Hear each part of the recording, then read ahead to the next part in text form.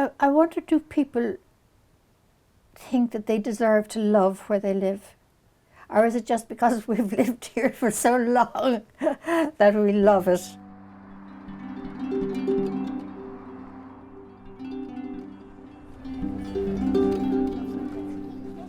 All right, this is an Irish Times article that I wrote in, it was published in December 1968.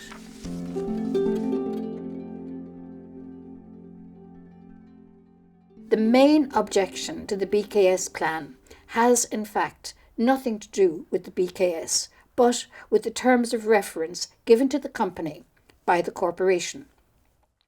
Critics say that these limited the consultants to producing a plan for highway and street development in the city, thus putting the emphasis on private vehicles. They say that this led to a failure to examine all possible means of transport. So this group of 7 architects were actually teaching the corporation how to deal with the city's problems. And I think in the end the corporation listened.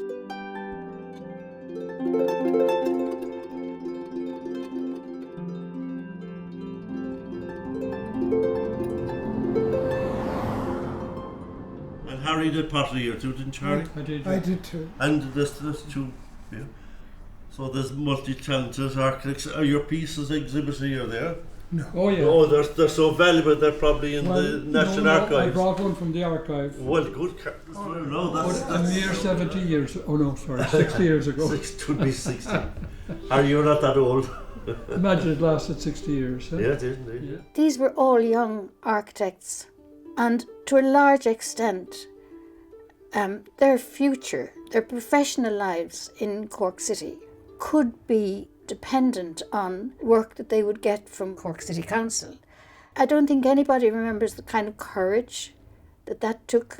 It wasn't just knowledge, and it just wasn't adventure and stirring the pot. It was actually courage to make people aware of what was already, so far as the council was concerned, a done deal. Our main studio was there. That was our base the whole time. Yeah. Everything happened there, lectures. Everything happened. Every lecture, everything was. Well, you know from my accent, I'm from Cork. I couldn't hide that anyway. And I was born in the city, but my parents were living in Ballincollig. My father was the principal teacher of the school, and my mother was a native of Ballincollig. So I was born in Ballincollig, and I still have a great graph of the place after all these years, you know. Normally in the drawing office there was a stool, you see. I was interested always in drawing and sketching, and I did for my parents little Christmas cards and birthday cards, little sketches and things. Harry Wallace is my name, and I've been a member of the Institute of Architects of Ireland and the RIBA, DIP qualified in Oxford. As a schoolboy, I would have visited building sites with my dad, who was a major decorating contractor in the city at the time. And I'd had at the same time been attending the Crawford for night classes from the age of 10 in visual art, and moved over toward night classes in architectural drawing. So the stage was virtually set for me to move into architecture if I could. Absolutely remarkable stuff. And with that sort of influence around us, we were bound to be inclined to take our drafting very seriously. The one in Chapel, yeah? It's been beautifully restored. Has it been beautiful? My name is Gerald McCarthy. I live here in Cork, apart from the fact I was brought up in Clare until I was 17 and spent some time in England studying and then subsequently working in America for a few years. Otherwise, Cork has been my home city. I was always interested in sketching and drawing, and I had a relative doing architecture in UCD, where the only schools of architecture were in Dublin, and they said that unless one was good at maths, then you weren't in for architecture really. Did we have our own drawing board? We did. We had to buy your own. Did we? You did, of course, John. John Santry, as was announced, born and reared halfway between Clonakilty and Roscarbery, reared on a farm, had its own disciplines, I suppose, because schooling was important, but work was more important. There was always work to be done. My mother had great aspirations about having a priest in the family, I think. Oh, it is 1977. I'm Des Heffernan. I used to work for the County Council for the last 25 years of my practice, and I worked in a number of different offices in Cork before that. I'm from Cork City, born and bred. I started to study quantity surveying, but I didn't really care for it. And I knew the course in Cork because my cousin John Heffernan was one of the first group. So I knew the course and I knew I'd like it. My name is Heffernan, John Heffernan. I'm from Cork originally. I was born in Cork, educated in Cork and England, and that's about it. Very happy here. My grandson was here last night. He was in this room. It's a house that grew. My real interest initially was in medicine. I had uncles who were doctors. I remember tossing a coin with a great buddy of mine, Jerry Walsh. We used to play rugby together. Yeah. He was going to do engineering, I was going to do medicine. Architecture was the second choice. He was going to do dentistry. He ended up doing medicine. Yeah. So I ended up doing architecture. I haven't looked back since.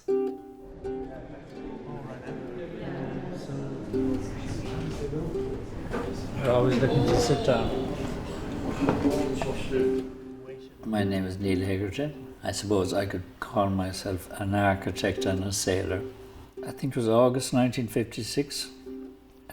My father had a friend, an architect, Harry Fitzgerald Smith, a really good architect. He was a very flamboyant architect. And probably typically architectural in the sense that he was scatterbrain, but marvellous. Harry used to do a lot of work with the Cork Ballet Company, and sometimes we'd be helping behind the stage for Joan Denise Moriarty when she had various ballets. We'd help behind the stage, and also the Cork Operatic Society. He was involved in that. He and John Green and Paddy Parfrey, through persuasion or whatever, eventually advertised for students to attend at a full-time course in architecture at the Crawford, and got 16 applications. I had no other plans for how to educate myself.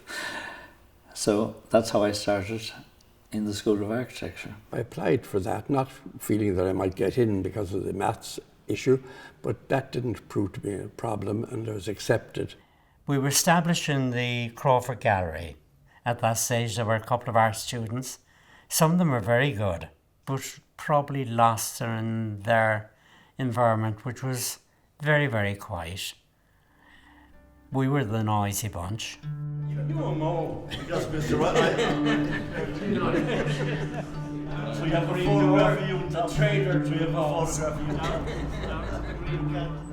But it was a remarkable mix of art and architecture in the same building. And I think the cross influence of both, one and the other, was very useful. Absolutely.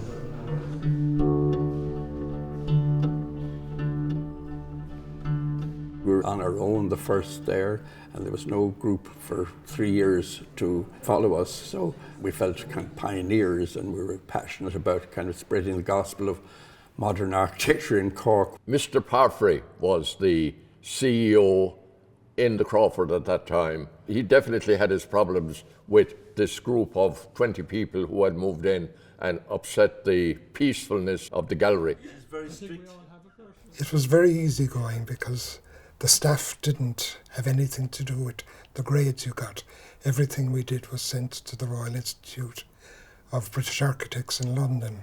One of the first things we were asked to do was to measure a building. We actually climbed up these buildings and actually measured them with tape, something you couldn't do now. We got onto roofs and everything like that. One was done at Crosshaven House. Yeah. There's the triangle on the top, and to measure each stroke, we had to climb into the actual triangle at the front of the building. But we didn't wear harnesses or anything like that. And the other one was the custom house. That was very dangerous to measure custom. I liked doing it, I wasn't a reluctant student, I put it that way. I think none of the students were, We weren't reluctant. We were enthusiastic to learn and to get new ideas, The students at the Crawford School of Architecture, first School of Architecture, were a very mixed bunch. They ranged from all social classes. There were no points required to get into the course, so just about anybody could have attended then, and they did. At that time, everything, of course, there were no computers, so everything was done by hand and was usually done by watercolour on stretched Whatman paper. So that's where I learned to paint and draw and sketch. Somebody said that what you describe a group of architects as a jealousy, and that wasn't the case here because we all knew each other very well and we respected each other's work. Not that we didn't criticise each other's work, but we respected, so we got on very well together as such, you know. We were integrated with people in the community. We could see what was going on around us, you know. It broadened our outlook.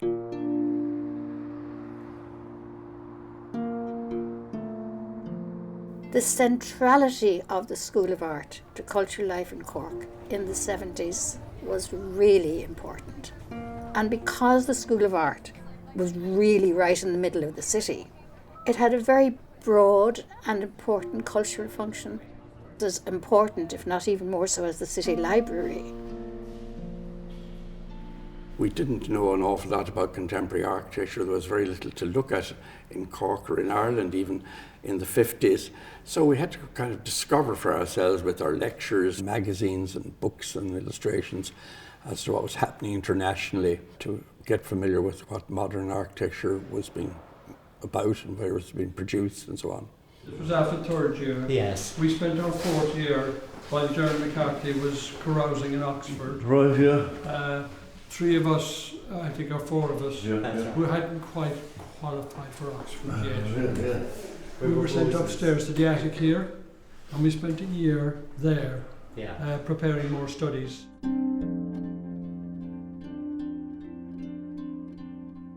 And then we also used on the ground floor, there's a tiered lecture theatre there, which we'd have used for an overhead projector and that. But apart from the ground floor and some use of the library, we spend most of our time up on the main studio. Many people don't know there's a lecture theatre in this building, but there it is, tucked away to one side on the ground floor. My name is Dr. Michael Waldron. I am Curator of Collections and Special Projects at Crawford Art Gallery in Cork. Even from the very early years of this institution's history, it was paired with the study of engineering and architecture. And side by side with fine art education, you had this interest in providing education in the city for young technical minds and to stimulate a kind of a home industry in terms of architectural thought, engineering thought, design thought.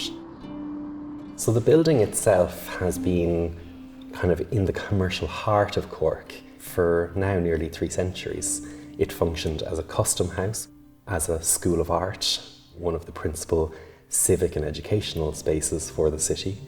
And we are now on the cusp of a 4th century, 4th edition, designed by Grafton architects. We need to think of the future of this building in that same sort of generous and civic spirit. It is a place for people. It's made by people.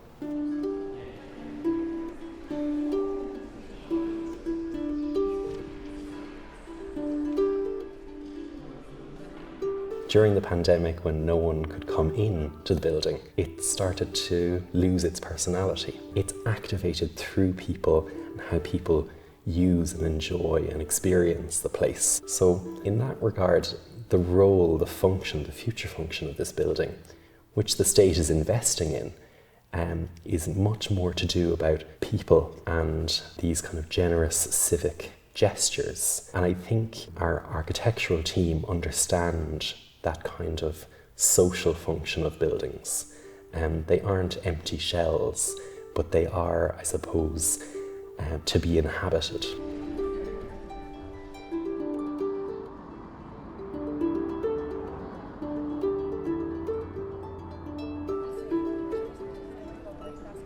I think there were many things blamed for why the school ended, but I myself think that it expanded too quickly and there weren't enough architects in the city really to teach the class.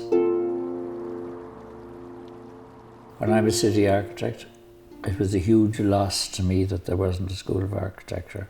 So I missed it terribly, not having a group of students to bounce ideas off, or see what they thought, or to do projects, or which can be done now. And an open question, I suppose, what's the origin of the City 70 group?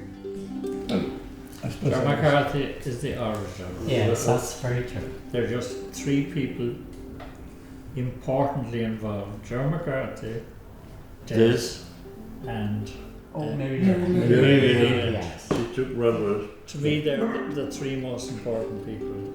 I was lecturing at the time, that was in the 60s, in the Crawford School of Art, and I got a group of the staff, Neil Hegarty and Kevin Walsh and Walter Stansfeld, and the students, and the idea was, what could we do to Cork to make the city more attractive, to make it more pedestrian friendly by excluding cars from the central area, and using any kind of open space and greening the city to make it a more attractive place.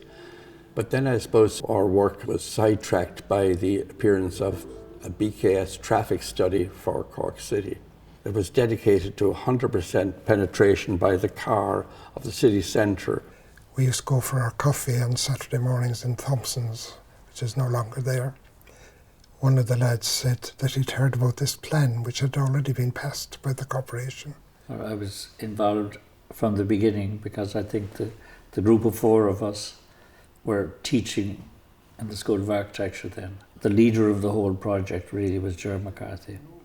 I just assumed the role, and I was happy to do so because I just felt strongly enough about this, and I wanted to see this proposal, the BKS plan, stopped in its tracks.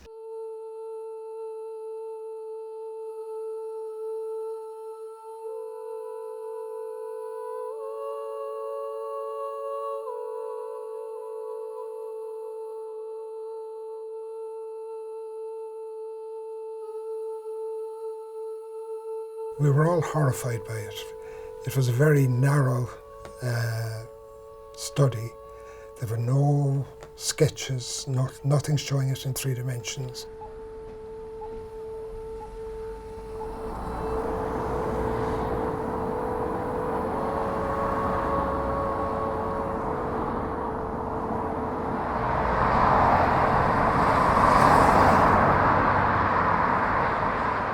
BKS plan was one-dimensional.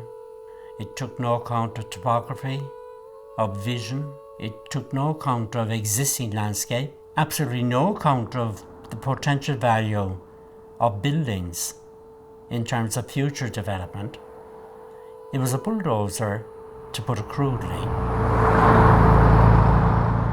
We felt that this would be absolutely appalling if it went ahead, would result in wide-scale demolition, dereliction around the city. So our City 70 group then turned to opposing this BKS plan in a very major way. We decided that the best way to fight it would be to illustrate it. Yes, let's look at this These are a collection from the archives. of articles that were written, most of them by you, by Mary Leland, just there in front of us. Well, I'm Mary Leland. I'm from Cork. I'm a retired journalist. I still keep my hand in occasionally. And I'm just here because I've been associated with the BKS plan and the controversy around it. It was like throwing a lasso, a concrete lasso around the city. I was just a journalist, and it was a good story. And it was, it had important social implications. This was a before and after the famous view there from the Grand Parade. That's what before, and this is after. Just the car became king and everything else took second, third, fourth place. I was horrified when I thought of all these, there were some high-level roads and stilts running down. I think maybe Grattan Street at the time.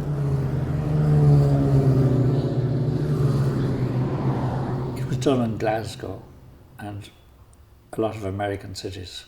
I'd seen some high-level roads built in Bristol because the city centre had been devastated after the war, and the roads engineers took over, I suppose, in the 50s, and they built some high-level roads and on stilts, and the centre of Bristol was ruined. It took them years to recover from it afterwards. There was really not going to be any part of the city that wasn't going to be affected by this.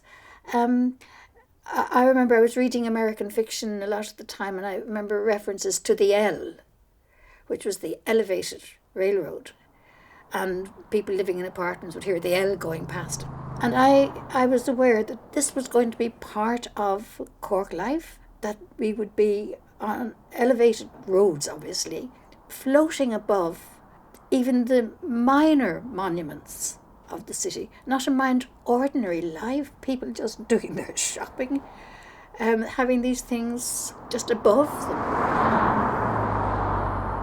This was a document we produced in September 1968, which we set out to explain what the basis of the traffic plan was and of its destructive nature to the city centre. We said that this plan would disfigure the city, that even if it realised it would be inadequate in the long term, and that it would result in what we call urban removal rather than urban renewal. The costs would be just prohibitive over time. We said that rather than cater for the car as the primary means of transport, it should be public transport, and we said that should be a variety of things. Also that we should have more variety of buses, smaller ones, more reliable hop-on, kind of hop-off types of bus, and that these should be more frequent to encourage people to use them. And we thought there were a variety of solutions to the traffic rather than just the one that was really destructive of the city centre, and that was trying to provide for private cars. We did allow for obviously a certain amount of car penetration, but felt that car parking should be outside of the central island, and that basically the central area should be primarily pedestrianised.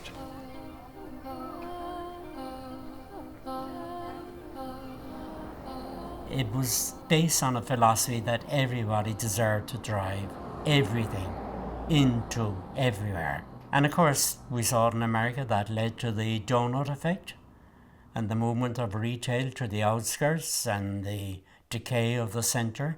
The BKS plan would have achieved that in two directions. It would have restricted the centre, completely compressed it, surrounded it with noise and pollution, and would have pushed retail out to the periphery. Golly, it would look like a war-torn city, I feel, because so much of the city centre would have been destroyed. And I feel it would only have got so far before the public would have seen that, this was so destructive and ruining so much of our heritage. It would have never, I think, seen more than the very initial stages before it would have been stopped. The idea of the planners was that people would have 100% access to the city anytime they wanted to. And it's just not achievable by private car. It was the wrong approach from the first day. But before we got to that stage, luckily enough, the campaign was sufficiently strong to stop the BKS proposal in its tracks, and thank God we never got to that stage.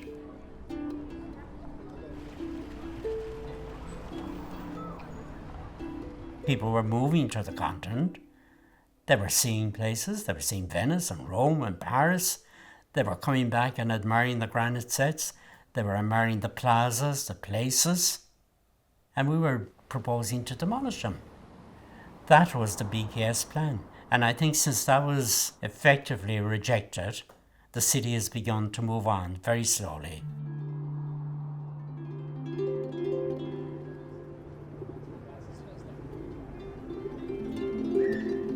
I think the talents of people who were able to illustrate destruction that this ring road in particular would have made to the city centre.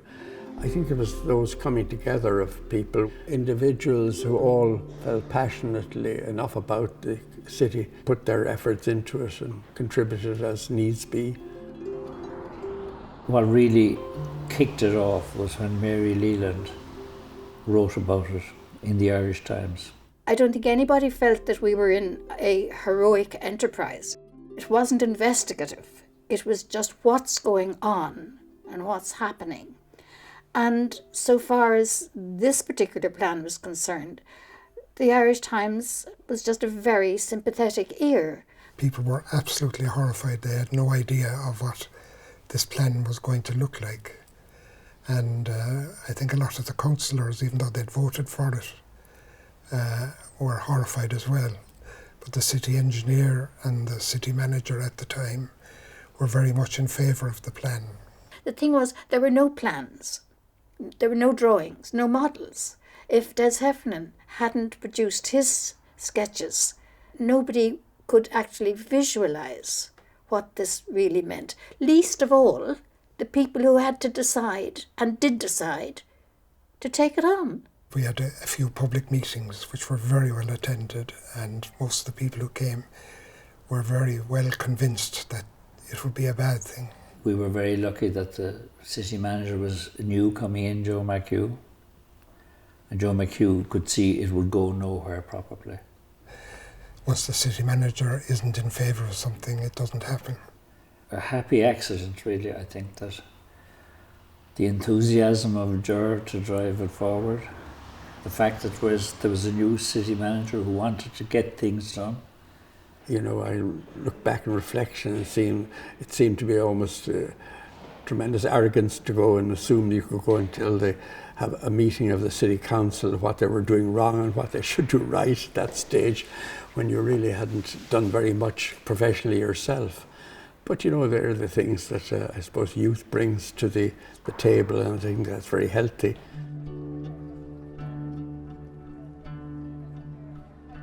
We'd regret the kind of city we have because, I mean, we'd have been dominated by cars, and if the BKS study had gone ahead, you'd have had these high roads and stilts, you'd have an awful lot of pollution and everything else, you know, and it would have been an absolute disaster.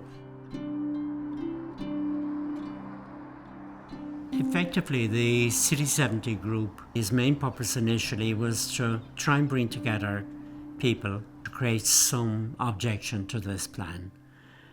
It then began to look at the city in its totality, at the possibilities.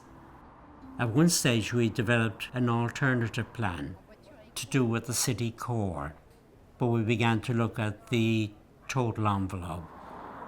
And it led to a more coordinated approach to urban development.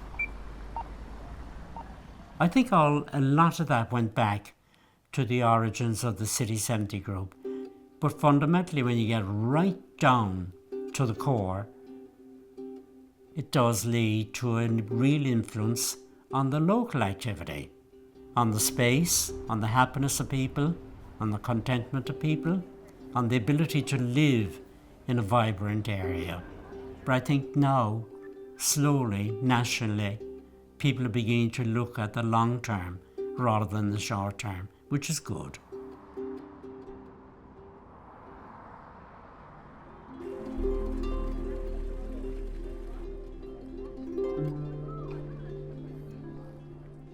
I have friends in the tennis club, for example, and I say, oh, I was in town last week and I saw such and such. They don't go into town. No. There's no reason to go into town. We had lunch last week, and it was the first time for 3 years my wife had been in town, and she was go 2 or 3 times a week. It's a phrase I used before. I think John Ruskin used it. A thing called social affection.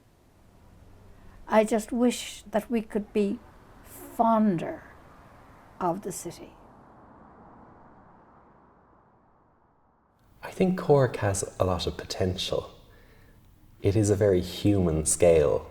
I think there's such potential around creating softer spaces for people. I think, you know, the pandemic has taught us a lot about what we want out of an urban space, particularly for people who live in the city. Well, I think Cork is probably in a transition period. It's not probably large enough at the moment to maybe to get a tram system. I think the population will have to increase maybe the next 10 years before you can consider that. Biggest problem is going to be global warming and the rising of the waters, because Cork is now floods 2 or 3 times a year. If the waters rise 1.5 feet, it's going to be a complete disaster. My hope is that we find a solution to that. Now, I'm not going to be involved in it, but that's what I hope for Cork.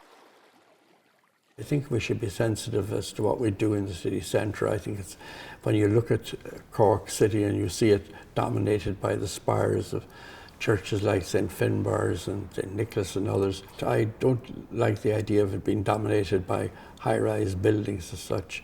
I think they're more a monument to the developers' bottom line than they are to the future of the city and the enhancement of the city. That would be a concern of mine now.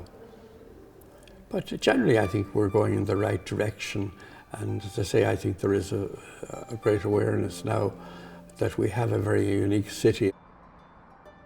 The institution of the Crawford is part of the fabric of the centre city. In the fact that we're sitting in the Crawford, there's a public space out there and we can hear the buskers and the people walking around outside. And I think that's preferable to having a great big car park on the square out there. In other words, people are taking priority over machinery.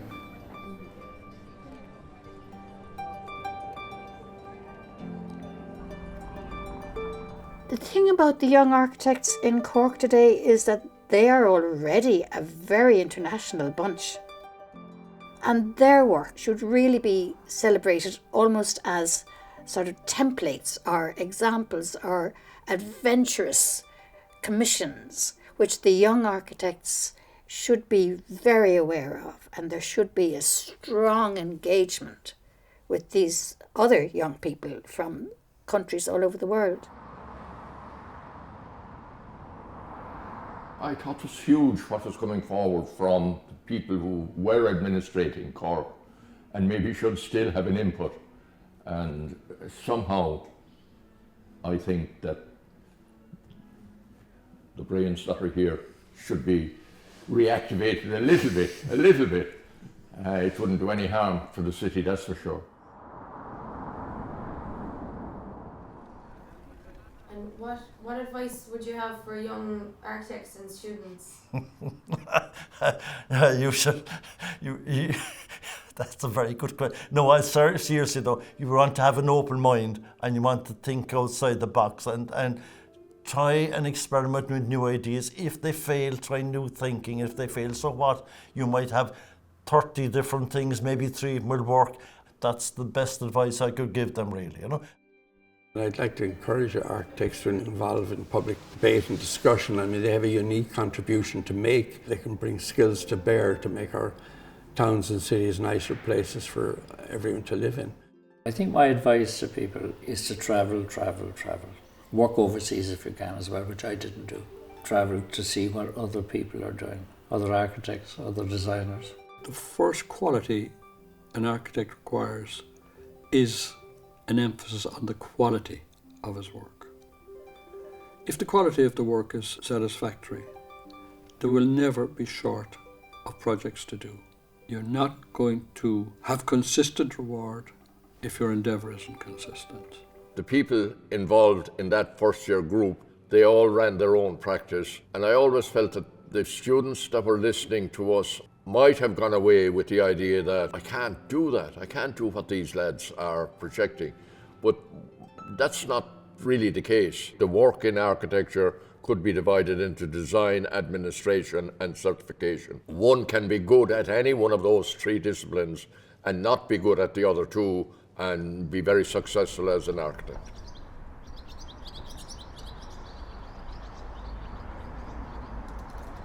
What do you think the importance is of architecture to the city? Well, I think it's hugely important. I mean, it's the background, the scenery to which we play out our lives, and I think that, you know, it should be as beautiful as possible. To a certain extent, there is probably a lack of appreciation in the public mind as to what an architect would do. I think architects have the ability to illustrate their views by, you know, drawings and diagrams and so on and so forth, to put their viewpoint across. We were the first class, we'll call it, of architecture in Cork. the growth of that in Cork to what is now apparently a very successful school is to be applauded, and whoever the people who followed on from us to do that, they should be acknowledged and they should be thanked for something that must be of huge benefit to Cork City. Gives us a whole nucleus of people who are well informed, well trained in the value and the virtues of the built environment.